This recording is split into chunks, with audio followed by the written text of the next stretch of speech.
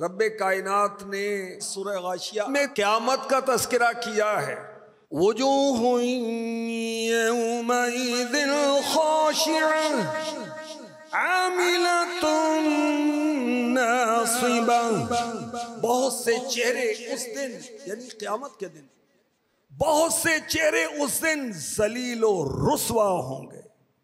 काम करने वाले, मुशक्क़तें बर्दाश्त करने वाले।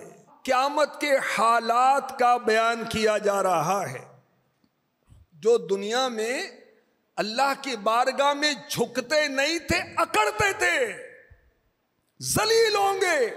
क़यामत के दिन कब्रों से किस तरह निकलेंगे? सर के बल चलते हुए जाएंगे।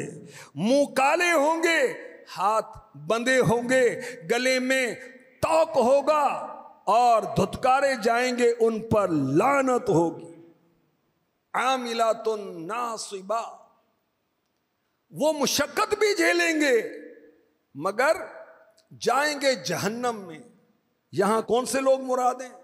वो लोग जो इबादतें करते हैं, ताअतें करते हैं, पूजा करते हैं मगर ईमान वाले नहीं हैं।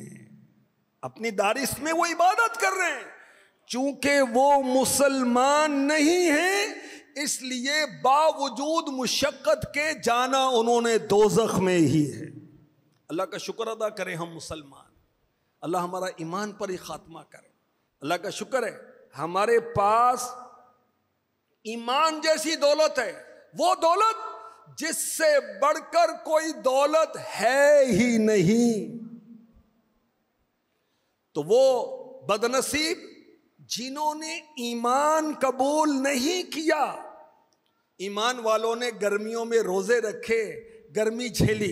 ईमान वालों ने अल्लाह की राह में तकलीफें उठाई। ईमान वालों ने अपने माल से ज़कात अदा की। ईमान वालों ने रब की बारगाह में नमाजें अदा की। बेईमानों ने ऐसा नहीं किया। तो इसलिए इनको आखिरत की आग बर्दाश्त करना पड़ेगी। हमने दुनिया में गर्मी सह ली, रोजे की तकलीफ, हज की तकलीफ, इंशाअल्लाहुल करीम रब ने कबूल किया तो आखिरत में ये मामला नहीं होगा। आमिलतुन नासिबा तस्ला नारन हामिया, काम करने वाले, मुशक्कतें बर्दाश्त करने वाले भड़कती आग में दाखिल होंगे। इसके तहत मुफस्सिरीन ने लिखा कि हज़रत उमर फारूक आज़म रदियल्लाहु तआला अन्हु एक क्रिश्चियन इबादत गुजार, एक ईसाई इबादत गुजार के पास से गुजरे, रुककर उसे आवाज़ दी। वो आपकी खिदमत में हाजिर हो गया। वो तारिक दुनिया छोड़कर इबादत में मशगूल रहता था, बहुत तकलीफ़ें उठाता था, बहुत मुशक्कतें उठाता था और तकलीफ़ें और मुशक्कतें और रियाजतें उसके चेहरे से, बदन से नजर आ रही थी। फारूक आज़म उसको देखकर रोने लग गए, बहुत रोए। और लोगों ने अर्ज की, ए मुसलमानों के खलीफा, ये तो ईसाई है। फरमाया, मैं जानता हूं, लेकिन मुझे इसकी तरफ देखकर अल्लाह का ये फरमान याद आ गया। आमिलतुन नासिबा तस्ला नारन हामिया।